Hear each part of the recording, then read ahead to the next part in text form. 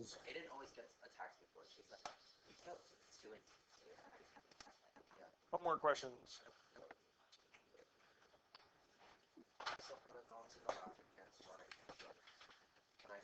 Yes. Completing the square has 4 main steps. And you can get these down when you get back. Is A equal to 1? If not, make it so. Step number 2. Get the variables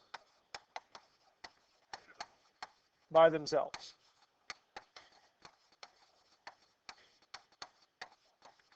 And leave 2 spaces.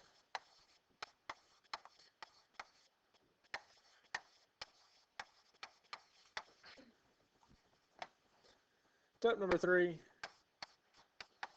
find C, which is equal to B over 2 squared, and plug in.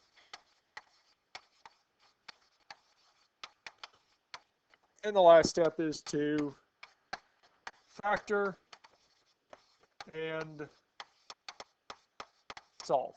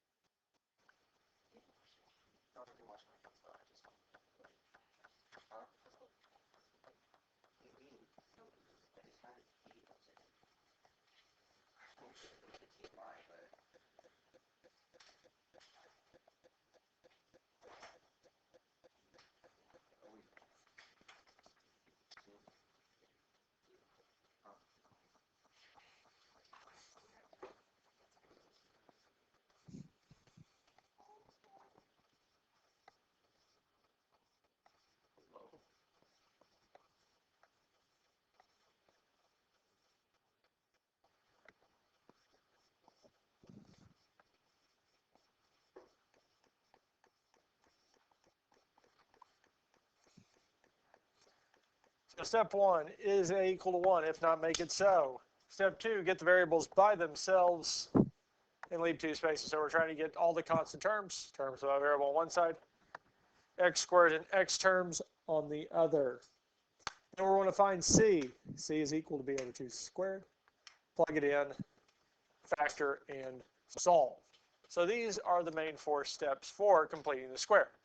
And the nice thing with completing the square, it works with any and all quadratics. Questions on any of this here?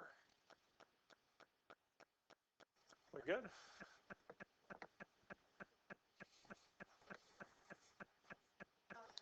Okay.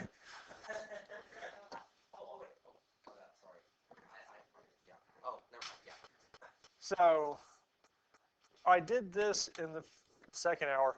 We did this one here, but this one is already a perfect square trinomial. We're going to go on and skip it and the next one because they already are perfect square trinomials. So we could just factor this and go from there. It still works, but it's a little redundant in what we do.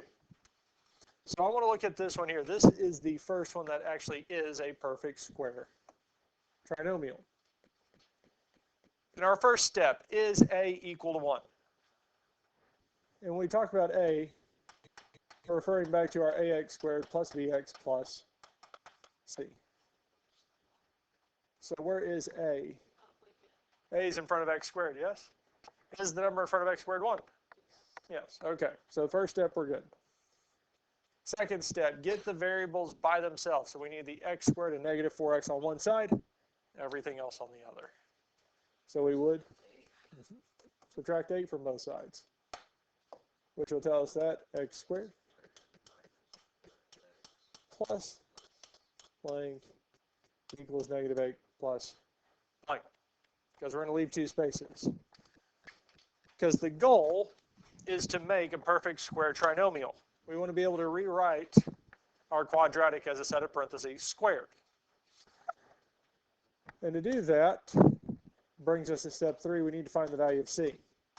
Well, c is equal to b over 2 squared. Well, our b term in this case is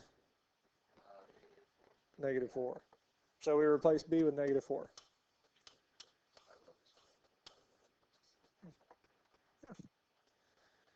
Now negative 4 over 2 simplifies 2. And negative 2 squared is 4.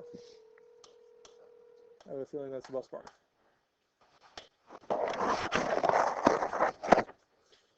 It was. Everything's good. Questions? We're taking the Suburban.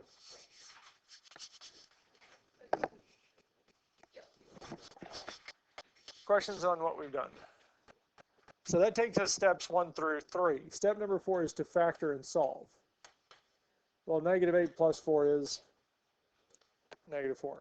Now we do need to factor our x squared minus 4x plus 4. Well, it will be a set of parentheses squared. We will have x.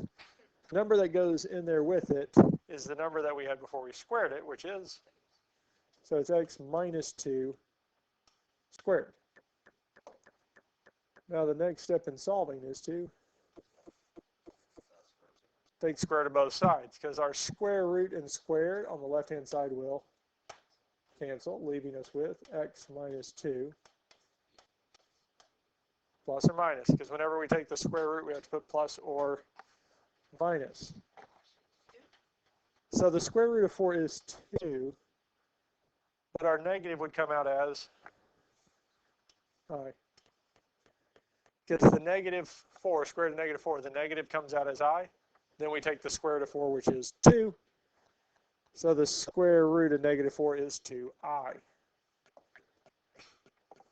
Last step is 2. Add 2 to both sides. It tells us x is equal to plus or minus 2i. We want to put when we add the 2, we want to put it in front of the plus or minus. Now, is 2 and 2i, are they like terms? No. 2 and 2i are not like terms because 2 does not have I with it. So they are not like terms. So that is our final answer.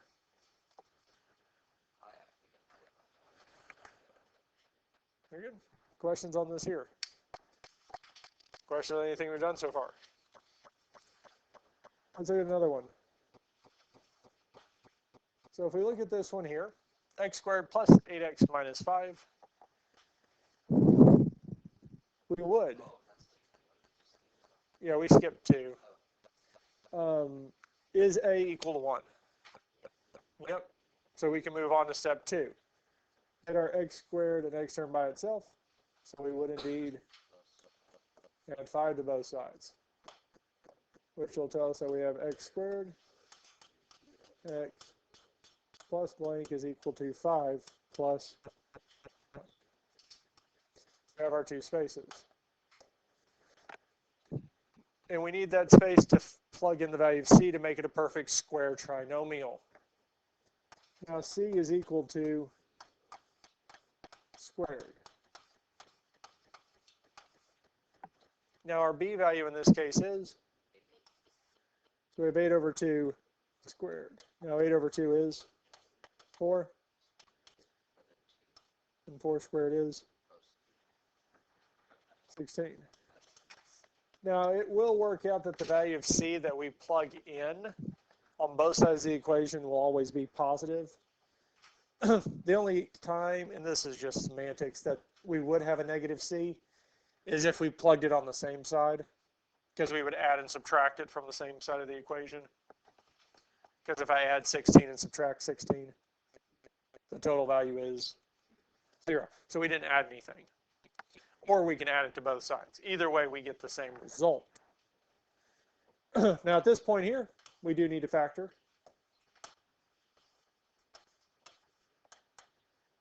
So we will have x. So, since it's positive before we squared it, we have x plus 4, and it does indeed equal 21. That's 5 plus 16. Now we would square root both sides. On the left-hand side, our square root and square would cancel, telling us x plus 4 is equal to plus or minus. The square root of 21 is square root of 21. Because we can plug these in the calculator, say second square root 21 is square root 21. It doesn't reduce, so we just leave it. Last but not least, we would minus 4 from both sides, telling us x is equal to negative 4 plus or minus the square root of 21. Now, are negative 4 and square root of 21, are they like terms? No. So, that there is our final answer.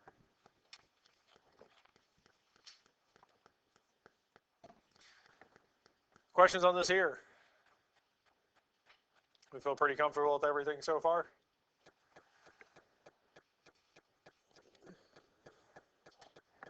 It does. It's literally the same thing with yesterday, just a little bit. Yes, because the big thing, a big part of it is this here, being able to find C, set of parentheses squared. Because if we get that, then everything starts falling in place. Yes? We feel good with this? Okay. All right, let's keep going with this here. This color. Solve 3x squared plus 12x plus 15 equals 0. Is a equal to 1? What is a? So the second part of step 1 was if not, make it so. So how can we make it be 1? Because they're being multiplied, so the opposite of multiplication would be division. So our 3x squared divided by 3 is x squared. Because we're dividing by just positive 3, the sign will stay the same. 12x divided by 3 is? And 15 divided by 3 is? 0 divided by 3 is? 0. Yeah. If 0 is on top, it just simplifies to 0. If the 0 is on bottom, it's undefined. So we have this here. Now, we cannot factor it. There is no factors at work for this because really where we'd be adding the factors of 5, which is 1 and 5, which would give us 6, not 4. For this to be factorable, the 5 would have to be negative, not positive. And most likely, especially when we see the solutions, it'll make sense why it's not factorable, technically. So is A 1 now? Yeah. Step 2, get the variables by themselves and leave 2 spaces. So what can we do? Subtract 5 from both sides. So we'd have x squared plus 4x plus blank is equal to negative 5 plus blank.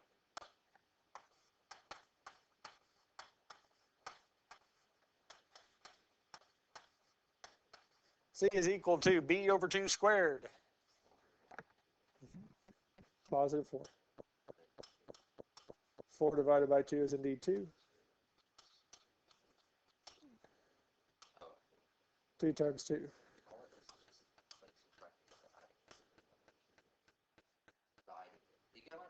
Mm-hmm. Questions on this here? Now we need to factor our x squared plus 4x plus 4. So we would have x plus 2 because the number inside the parentheses before we squared it was positive 2. So it's going to be plus 2. Negative 5 plus 4 is negative 1. We take the square root of both sides.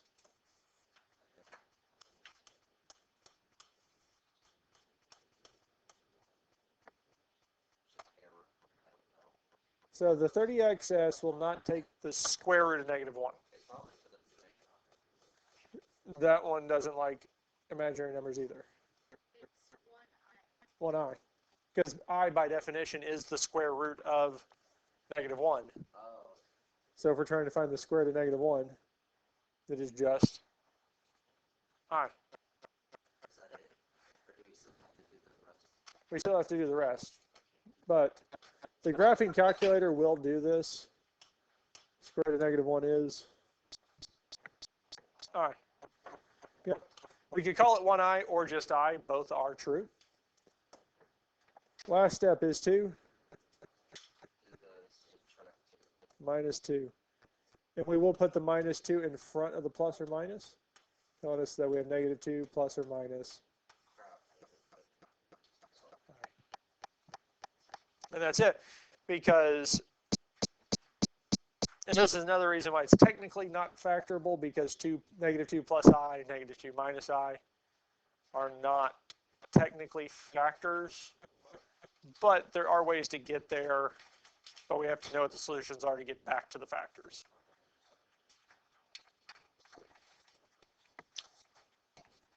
Questions on this here? We good with this here? Let's look at the next one. Let's go there. Is A equal to 1? If not, make it so. By negative 3. Because we want it to be 1, not negative 1. So we have to make it positive. So even if it was just negative x squared, we have to divide everything by negative 1. Would we make it plus 6? So it'd be x squared, because our negative 3, x squared divided by negative 3 is x squared. Negative 18 divided by negative 3 would be So plus 6x. 6.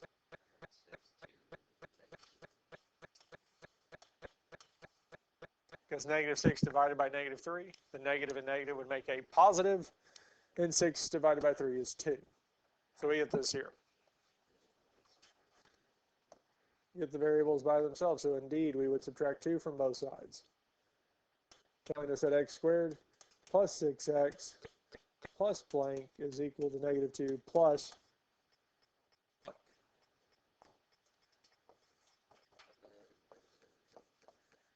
c is equal to b over 2 squared. What's our b value?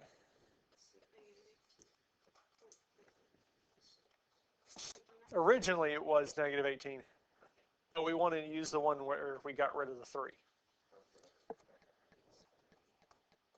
It is 3. Try again. 9. Yes.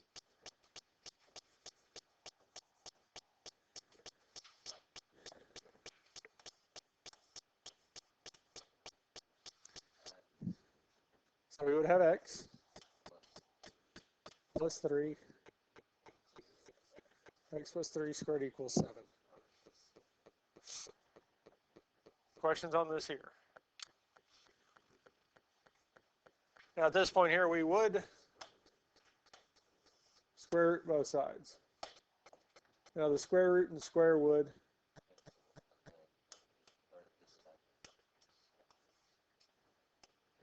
so we'd have x plus 3 equals what? Yes? That's what I got. I don't know if that's better. Well, we're missing one thing. Plus or minus. Because again, that is one of the things that most will miss. Anytime we take the square root of both sides, we've got to put the plus or minus. And the last step, subtract 3. So x is equal to negative 3 plus or minus the square root of 7. Questions on this here? Questions on any of this so far? Okay. Y'all hear that beeping noise? Okay. Okay. No, I mean, I am. Scary.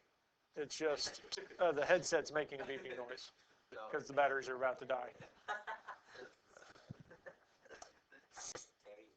some of the classes I've had have been able to hear when it started beeping. It reminded me of a show that I watched, and like the person goes insane from the sound that she can't see that no one else can hear.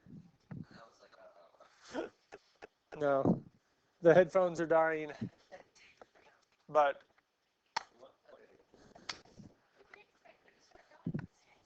So, but I don't want to say how the ending goes because it's pretty dark. But no, she ends up, yeah, she kills herself, but she ends up taking her own heart out because it's Murder in the Room Morgue. So you know the show The Fall of the House of Usher? yes, They created it. Are you watching it? not yet, but I know my wife will. Oh, okay. Now, let's look at this one here. I think this is the last example problem on the note sheet. Yes? Is A equal to 1? We're going to divide it all by 4.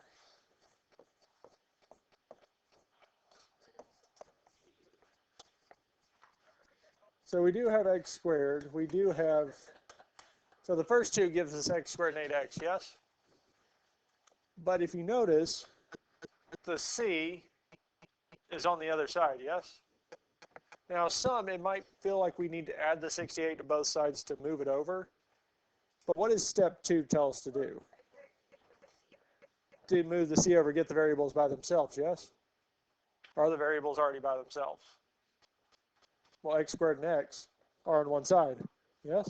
Everything else is on the other. So we don't have to move the 68 over. It's already where it would be anyways, yes? So we could say this equals negative 17. If we plug negative 68 divided by 4 in the calculator, it'll tell us it's negative 17. So first step is A equal to 1. If not, make it so. We made it so, yes? Step 2, get the variables by themselves. So x squared and x on one side, everything else on the other, and leave 2 spaces, yes? So the only thing it doesn't have right now is our 2 spaces. I think we're gonna do a algebra part. We're gonna subtract from both sides or whatever. But like, I always see that x when on something, I see 2x's in front of them. It's like, what keeps it in front of the other side of the x? And it always trips me out. I mean, we could have started out by adding the 68, then dividing everything by 4, and then adding or subtracting 17 over, or we could leave it there and get to the same spot. The only time I would definitely say move something from left to right is if the 68 was already with x and x squared, or we had plus an x over here, then we need to get it to the other side. Does that make sense? Because if there's variables not on the same side from the start, get them on the same side before we divide. That's the only thing I would say. Now, at this here, we just need to find the value of c, which is b over 2 squared.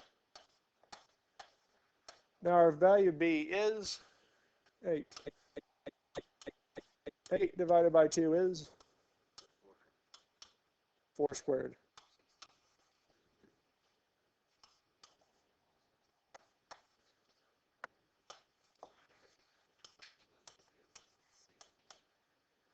X squared plus 8x plus 16.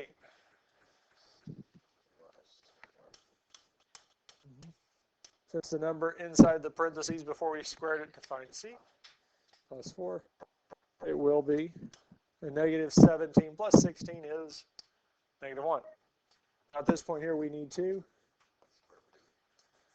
both sides. Here, x plus 4 equals plus or minus I.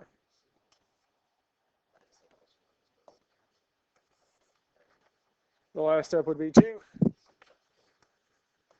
subtract 4 from both sides.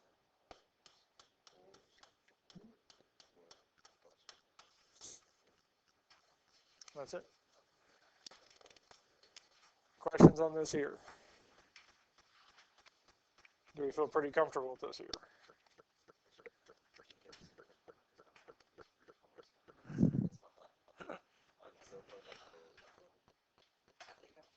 There is an assignment. And there's one more tomorrow. And then that's the end of chapter 3. Oh no, I'm so done. I really need to get my life together and start working on it. So we feel pretty comfortable with this here, yes? I have one more. It's not on the note sheet. So you can, I would say, follow along if you want. The difficulty of this is a little more challenging, but not by a lot.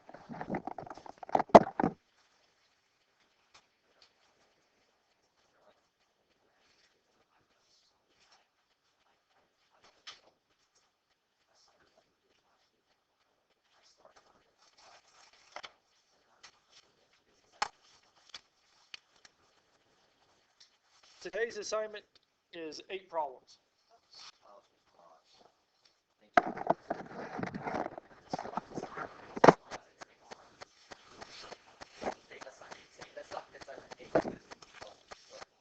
Now, if we look at this one here, A is not 1. Everything by 2. So, squared minus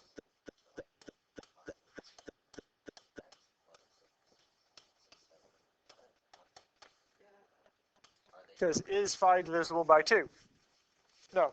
So with this here, we don't want to turn it into decimals. We leave it. And if we can reduce it, we would, but 5 doesn't reduce it all. 67 doesn't reduce it all.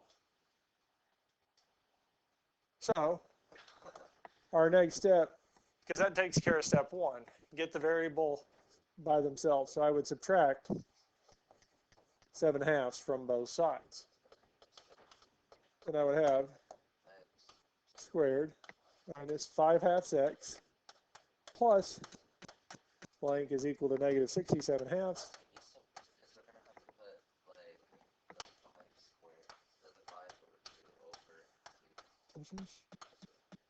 Now, so far, I mean, the numbers are not as nice. Would we agree with that? But has the difficulty of the problem increased? No, we just have fractional answers. Now, b over 2 squared would be negative 5/2 over 2 squared. Now, I wouldn't type the whole thing in, but I would type in the negative 5/2 over 2, which would be negative 5/4. It's because I didn't put negative 5. I got 25. And if we square it, luckily it's already typed in. I can hit square, enter, is 25/16. So if you type the whole thing in parentheses negative 5/4 over 2 squared, 25/16. Now we would put the 25/16 in both places like we've been doing thus far. Now the reason I did it one step at a time is because when we factor, we do still have the parentheses. We still have the x. But what was inside the parentheses before we squared it was? So this becomes minus 5/4. So that's part of the reason I don't just straight plug everything in, because it does give us the other half of the factors.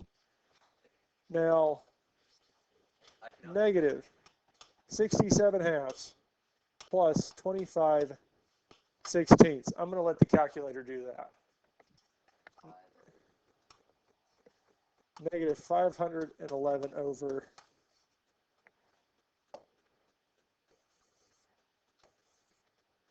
at this point we will square root both sides. Square root and square will cancel, telling us x minus 4 equals plus or minus. If we type this into the calculator, negative will come out as I. Now we can type the square root of 511 over the square root of 16 in the calculator as 2 parts. The yellow calculator, the 30XS, will tell us that this simplifies to the square root of 511 over 4. And the last step is to add 5/4.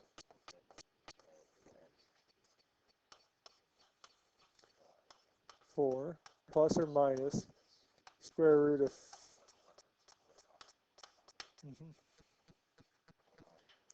Now, normally we put I in front of the radical unless the radical is in the top of a fraction. Then we put it after.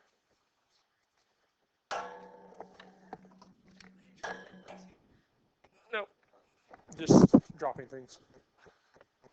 Questions on this here? For the most part, yes, the numbers got a lot uglier. It was a little bit, there were some nuances to the numbers because they were fractional. But everything else pretty much stayed the same, yes? But that's it. There's not going to be one that has anywhere near those kind of numbers on the homework. There's one that does end up having a fraction, but it works out pretty nicely the rest of the way.